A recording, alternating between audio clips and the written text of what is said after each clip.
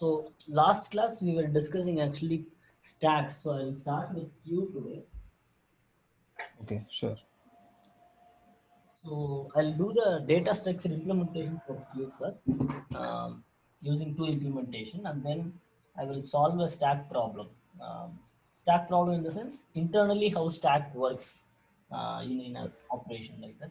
So generally, right, in queue, the basics we have to know is that um, it has only two variables basically. Like to access it, it has we have only two things. We can access the front element and we can access the rear element. In stack I told that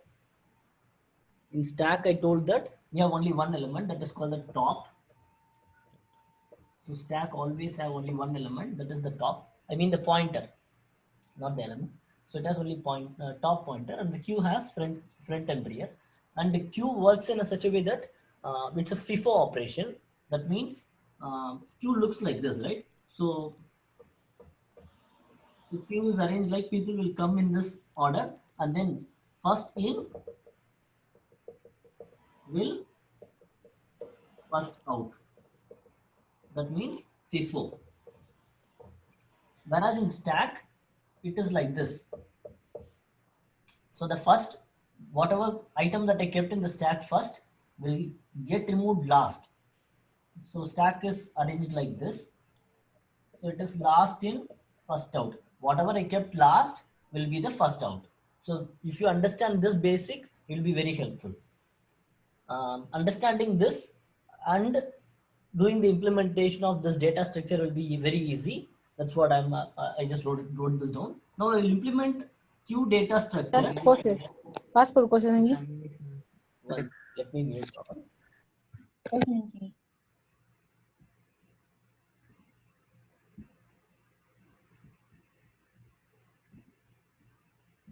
All right. So queue using array. Yesterday we saw about queue using stack using array, right? So today I will show about how. One second. Okay. I will show about how to implement stack queue using array. So queue class,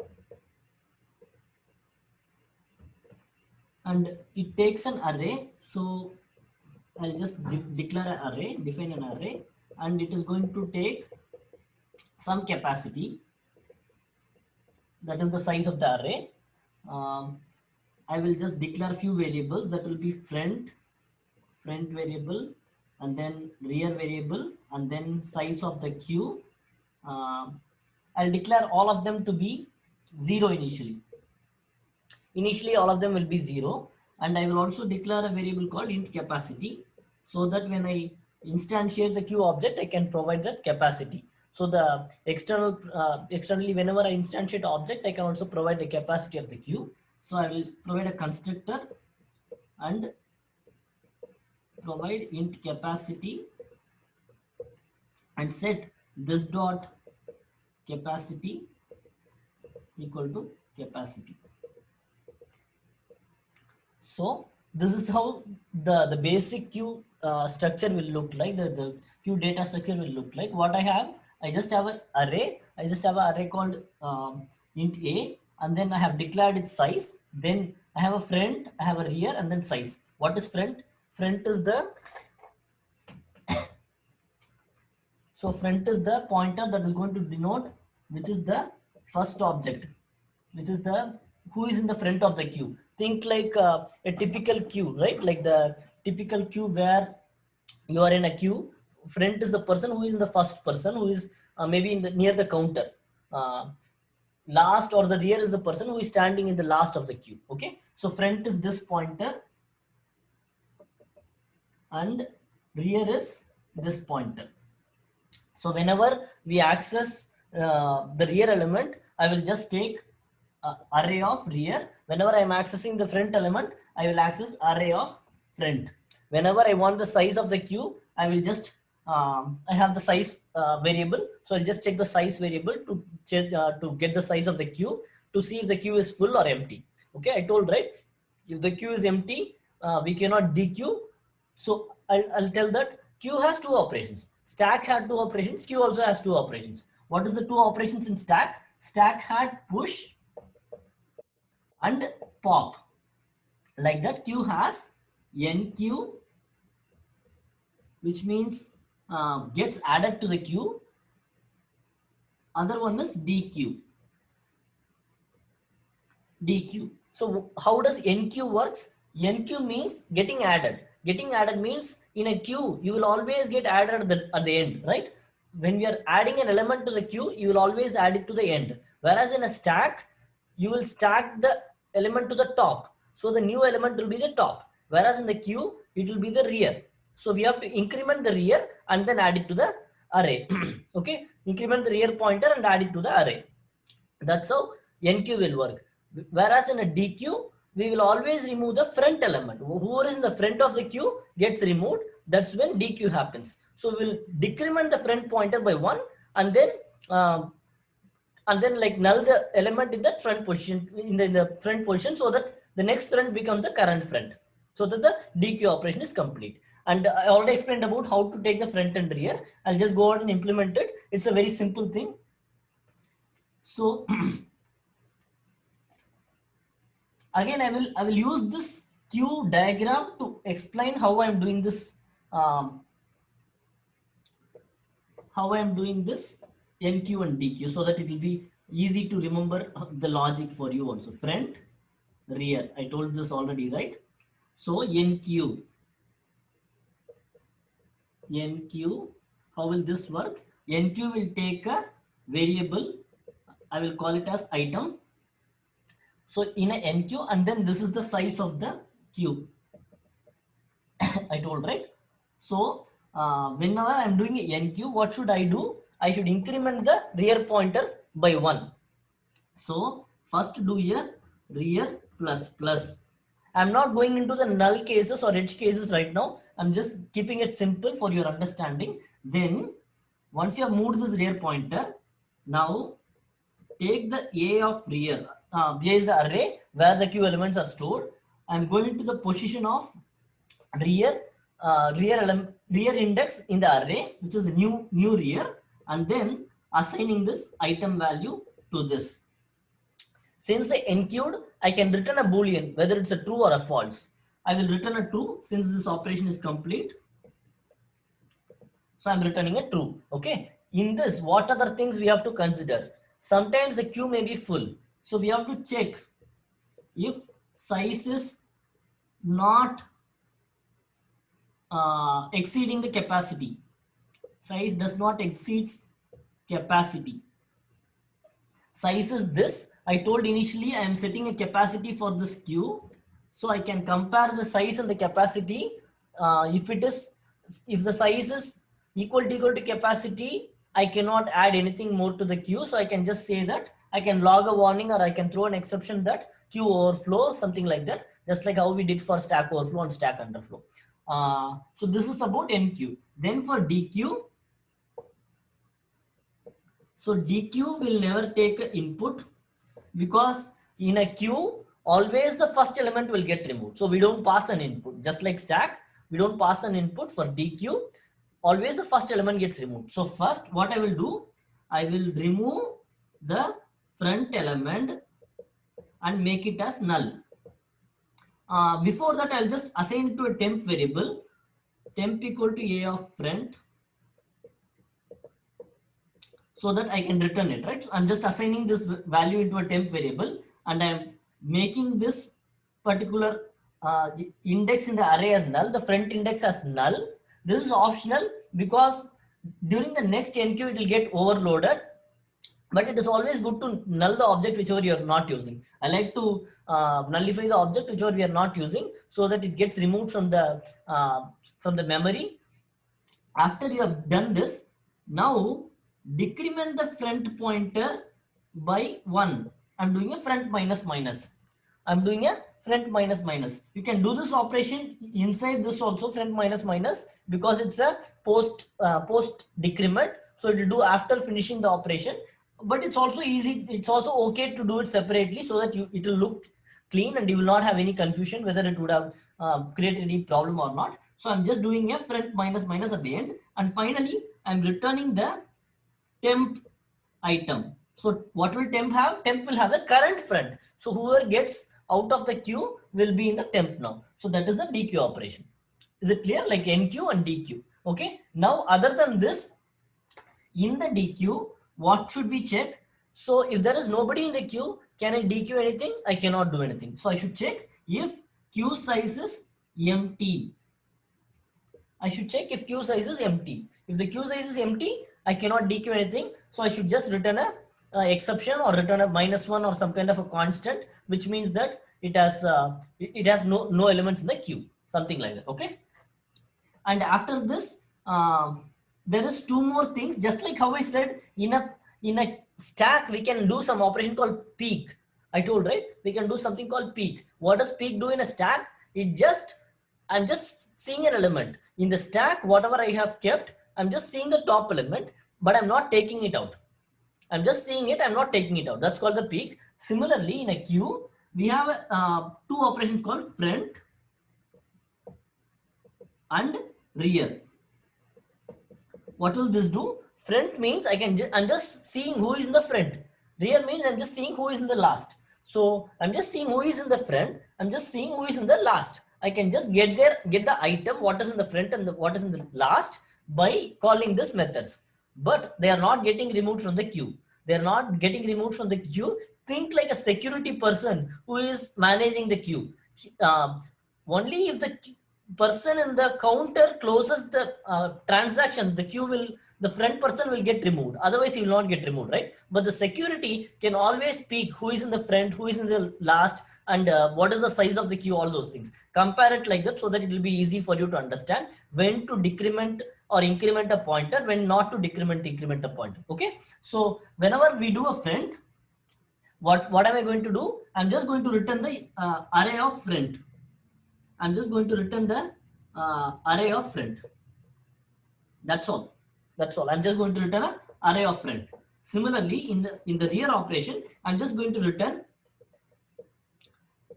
the real element from the array. So A of rear. That's all. Okay. What should we also consider in this? If there is no element in the queue, there will be no front. I should check that.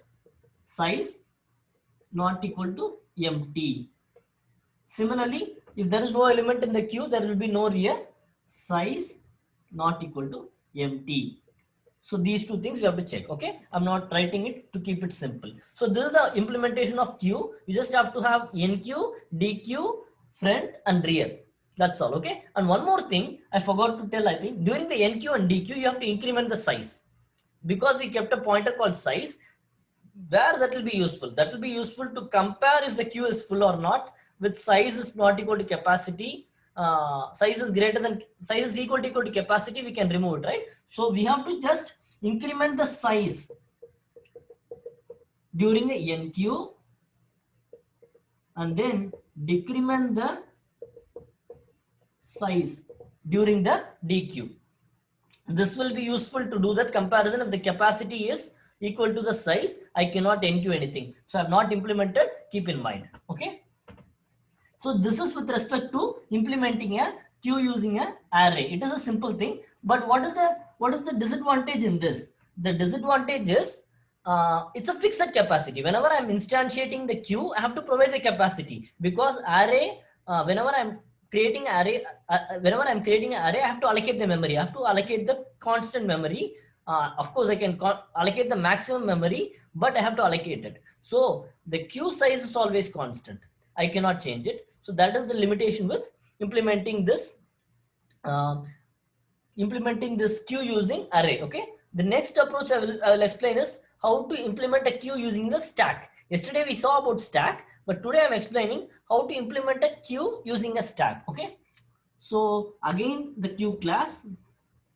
I'm not going to explain about the stack implementation. I'm just going to define two variables. One is stack of integers S1, and then another one is stack of integer S2. Okay, these two are the inputs in this. Now, so how will stack work? Stack works in the LIFO operation, last in first out. How will queue work? First in first out operation. Just think, I'll give you some seconds. This is how queue will look. This is how stack will look, right? So if I have to do a NQ using stack, I have kept two stacks, which means I have one more stack here. This is S1. Let's say this is S1, this is S2. Okay, so this is the queue. I have to do NQ. NQ means what? I have to add one more element to this. Okay, one more element to this. Now that means I have to add the element to the last. I have to add the element to the last. Let's say this is the queue kept in a stack order. Okay, so that means I have to add the element here. I have to add the element here, right? Because top is this, that means rear is this. If you consider a stack form of a queue, this will be front, this will be rear, right? But in a stack, we don't have this pointer. We don't have a pointer called rear, so I cannot increment the rear pointer and allocate this new item to this rear, okay? Because it has only one top. But how does stack DQ works? How does stack pops works? It just pops the last element. Think like a Tower of Canoe problem. I'm just going to push all these elements one by one. If I do a pop, what will happen? It will decrement the first top element. I'm just doing a pop and inserting the S2 dot push. I'm inserting all the elements, whatever I'm popping, simultaneously into the second stack. So this will come first, then this will come, then this will come, then this will come, finally this will come. Now what happened? I have the last element in the first position, top, correct? How does stack NQ works? How does stack push works? I can increment and keep an object on the top. So I can keep the new item here. I can keep the new item here. Okay. Now I have pushed it here. But how does queue looks like? In the queue, this item should be in the rear. This item should be in the last. So I will again do a pop operation and push it to this original stack. So I'll do a pop of second stack and push it to the original stack. Okay, it might look like a little confusing, but if you understand this logic, it will be very easy. Okay, think about the Tower of Canoe problem. You remember, right? Like the Tower of Canoe problem. If there is two towers, how will you add one to the top? By putting all the elements from here to here, then adding the new element, then finally putting everything back to this first tower. Correct, right? That is exactly what we are doing. That is exactly what we are doing. Okay, so this is with respect to NQ. When it comes to DQ, DQ is very simple. DQ means what? The first person gets out, right? In the stack, if I pop the front element, it is equivalent to the DQ of the queue. In the stack, who will get out first? First in, first out. In the stack, it is last in, first out. Correct? In the stack, it is last in, first out. When I'm doing a DQ using a stack, who should get out? Whoever come first. Who came first? This person is the one who came first. This person is the one who came first. So I'll remove this person. I'll do this pop. Okay, it looks a little confusing, but when I implement, I'll explain again so that it will be easy for you. And remember the Tower of Canoe. Remember the Tower of Canoe, so it will be very easy to understand. Okay, S1, S2.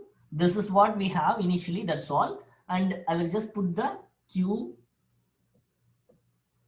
So this is front and this is rear. Okay, and I will also put a sample stack. Let me keep the stack as empty for now. Okay, I'll keep the stack as empty for now. S1, S2. This is empty, both are empty. Now I'm going to do a first NQ. Okay, I will assume that the S1 is the NQ. S1 is the NQ. NQ, it will take an item. So what will I do? If the S1 is until S1 is not empty,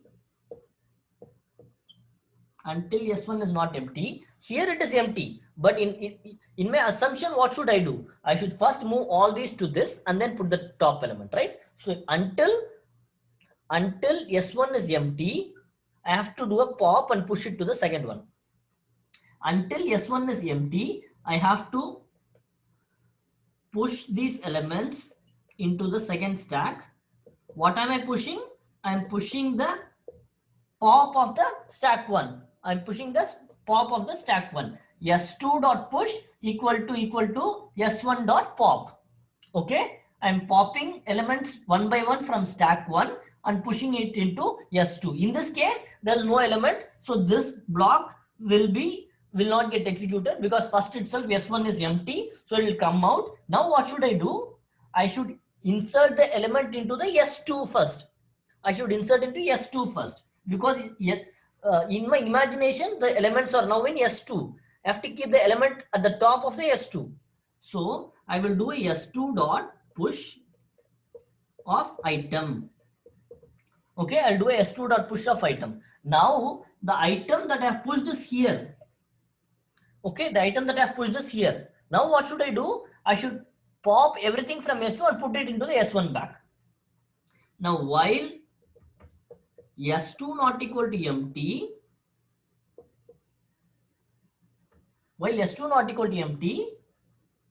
S1 dot push all elements pop one by one from S2. Okay, why am I putting it back into this? Because this is my allocated n queue. This is my considered queue. I am keeping this just for dequeuing. Okay, this is my actual n queue. So I am putting it back into this one. Okay, now I will just go over this logic to explain you how I'm adding one more. We will just go through this logic. Okay, let's say I'm adding one more. What will happen? I'm adding a new item, right? When I'm adding a new item, what should I do? While S1 not equal to empty, S2 dot push, S1 dot pop. While S1 not equal to empty, it will check. Is it not empty? Yes, it is not empty. It has one element. So whenever it is not empty, do a S1 dot pop and push it into S2. So this element gets pushed here. First, this element gets pushed here. Now S1 is what? Empty. So I will just make this as empty now. Okay. Now this is empty. Now the new item is pushed into S2. So on the top now, new item is pushed. New item is pushed. Okay. On the top, the new item is pushed. Finally, while S2 is not equal to empty, S1 dot push, S2 dot pop. While S2 not equal to empty, S2 has two elements now. S2 has two elements. Until it is empty, pop one by one and push it into this. So the top element, whichever I pushed from the new item, will go to the rear now. That's what we want, right? Because in the queue, the person always goes to the end of the queue. So now he came to the end of the queue, and whichever was first is still in the first. In the stack, it is top. Whoever was first is still in the top. So the first element was there, right? It became the first now. Got it? I hope you're able to visualize whatever I'm explaining. If you have any questions, we can discuss at the end. We have 5 more minutes. I'll finish this problem. Okay. Now DQ. Okay. Now this became empty. This became empty. Now if I have to DQ, what will happen during a DQ? During the DQ, the first element will go out. The first person who came and is near the counter will go out. So in this S1, whoever is in the first will go out. So this guy is the first, right? He will go out. So in the DQ, it is very simple. DQ, what will happen to DQ? Return S1 dot pop. Return S1 dot pop. That's all. DQ is very straightforward. Return S1 dot pop. So NQ will take O of N and DQ will take O of 1. DQ will be fast in this queue and NQ will be slow in this queue. Okay, in this kind of implementation. That's the thing about this thing. I hope you understood it. I explained the queues. If you have any question, please ping me in the chat. I'll try to go over it. And we have 4 more minutes. I'll just use this time to solve a small problem, which is very familiar for everyone. but I'll just do the internal implementation, how it will look like, so it'll make it interesting, right? So everybody would have studied about Fibonacci series, right? Fibonacci series. So what is a Fibonacci series? Fibonacci series is that it will start with 0 and 1 always. Fibonacci number of 0 is 0. Fibonacci number of 1 is 1. Fibonacci number of 2 is Fibonacci of 1 plus Fibonacci of 0. What is Fibonacci of 1 plus 0? It is 1. So F2 equal to 1. Then Fibonacci of 3 is equal to Fibonacci of 2 plus Fibonacci of 1. What is Fibonacci of 2? 1 plus Fibonacci of 1 is 1. So it is 2. Like that. Fibonacci of 4 is Fibonacci of 3 plus Fibonacci of 2. That means 3 is 2. Fibonacci of 2 is 1. So that means fourth element is 3. Now I will just put the series 0, 1, 1, 2 and 3. Think about it. 0, 1 is constant. The third element is sum of the previous two elements. So 0 plus 1 equal to 1. The fourth element is sum of previous two elements. So 1 plus 1 is 2. Then it is 2 plus 1, it is 3. So you understood how the Fibonacci number will look like, right? Is there any confusion in this arrangement, how the Fibonacci series will look? All right. So it is very straightforward. Now, how are we going to implement a Fibonacci problem? If they are asking to find a Fibonacci of the nth element, okay? How are we going to solve it? Let me take fib. I have to find the solution for, let's say, x. X is always the mathematical variable. This is the convention, right? So I'm taking x. So I have to find the Fibonacci of x.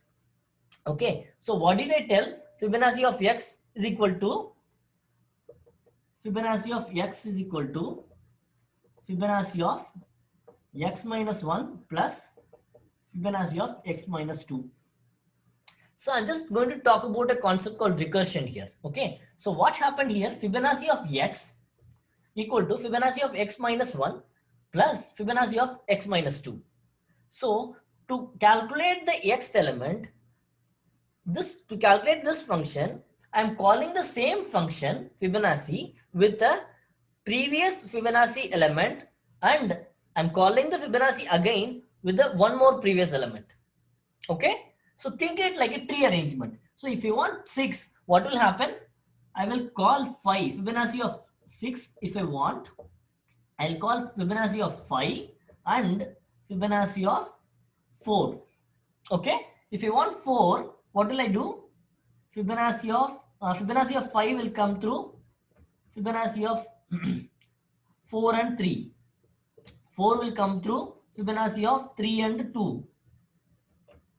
3 will come through Fibonacci of 2 and Fibonacci of 1. 3 will come through Fibonacci of 2 and 1. What is Fibonacci of 1? Equal to 1. So it will stop here. Fibonacci of 1 is 1, so it will stop here. What is Fibonacci of 2? It is Fibonacci of 1 and Fibonacci of 0. So what is the value of this? 1 and this is 1. Sorry, this is 0. So it will stop here. Okay. This is how this one side tree implementation will look like. Similarly, the other side tree implementation will look like this. So what happens here is, I hope you are able to see the board. What happens here is, every time a Fibonacci is called, these functions are getting added to the stack memory. These functions are getting added to the stack memory internally. Once this is solved, once the function is solved, that's when it will get removed from the stack. If we don't solve it at all, that's when you would notice something called a stack overflow when you implement an improper or a poor recursion where it doesn't know how to end the recursive loop. That's when it will call that stack overflow. Why stack overflow? Because I didn't stop the recursion. What will happen? It will keep on going. It doesn't know what to do. So Fibonacci of 1 will call Fibonacci of 0 and minus 1. 0 will call minus 1 and minus 2. It will never stop. It will just keep on going. So there will be a stack overflow because stack will also have a constant memory. When that memory is overloaded, it will call a stack overflow, right? So that's why we see stack overflow in this problem. I just wanted to call this out because I explained about Stack Overflow yesterday, but I didn't give you an example when you can see it in real time. So I just thought of explaining this. Now we will implement this. So first thing, think about it. If x equal to 1, what should be the output? It should be 1. So first, if x equal to 1, return 1. If x equal to 0, what should be the output? 0. If x equal to 0, return 0. If not, what should I do? Let's say x is equal to 4. X is equal to 4. What should I do? Return Fibonacci of 3. 3 means what? X minus 1. Plus Fibonacci of 2. What is 2 here? X minus 2. That's all. Fibonacci of x minus 1 plus Fibonacci of x minus 2. That's all. This problem will get solved because we have this ending recursive, tail recursive logic. We have the condition to exit. The exit recursion condition is there, and we have implemented what logic we have to implement this recursion. Okay, so this will create these many calls, and it will remove one by one from the stack memory and finally get resolved. Hope I explained you. I think we are out of time already, but if you have any questions, let me know.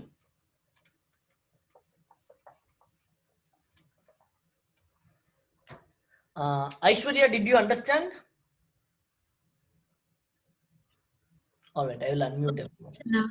புரிஞ்சுச்சு. இப்ப ஜெனரலா ஒரு value கொடுத்து இப்ப நான் 5 அப்படி x க்கு பதிலா 5 ன்னு கொடுத்தேனா அப்ப அத நான் எங்க நான் கொடுப்பேன்? அப்போ Fibonacci of 4 plus Fibonacci of 3 அப்படின்னு நான் எடுத்துக்கணும்னா கரெக்ட். அப்போ x equal to 1 அப்படினா தான் எனக்கு ரிட்டர்ன் பண்ணும், 0 னா ரிட்டர்ன் பண்ணும். சப்போஸ் இப்ப 4 அப்படினா அது 3 2 எப்படி நான் கால்குலேட் பண்ணும் அதுல? அதுக்கு நீங்க ஜெனரலா கொடுக்கலல. That's why I do the diagram, but I'll explain you again. Okay, Fibonacci of x. If x equal to 1, return 1. If x equal to 0, return 0. Otherwise, return Fibonacci of x minus 1 plus Fibonacci of x minus 2. இது clear-ஆ இருக்கா இந்த logic? clear தான். Logic புரிஞ்சுதா? ஏன் போட்டுக்கணும் இது? புரிஞ்சிருக்கு. Okay. இது ஜெனரலா number. Can you repeat it? ஜெனரலா x இப்ப x ன ஒரு வேல்யூ இருந்துச்சா அது x minus 1 னையும் x minus 2 ஓட வேல்யூவை சம் அப் பண்ணி அது ரிட்டர்ன் பண்ணனும். Correct. Then other Fibonacci ஓட logic. So we have written that here. Okay va?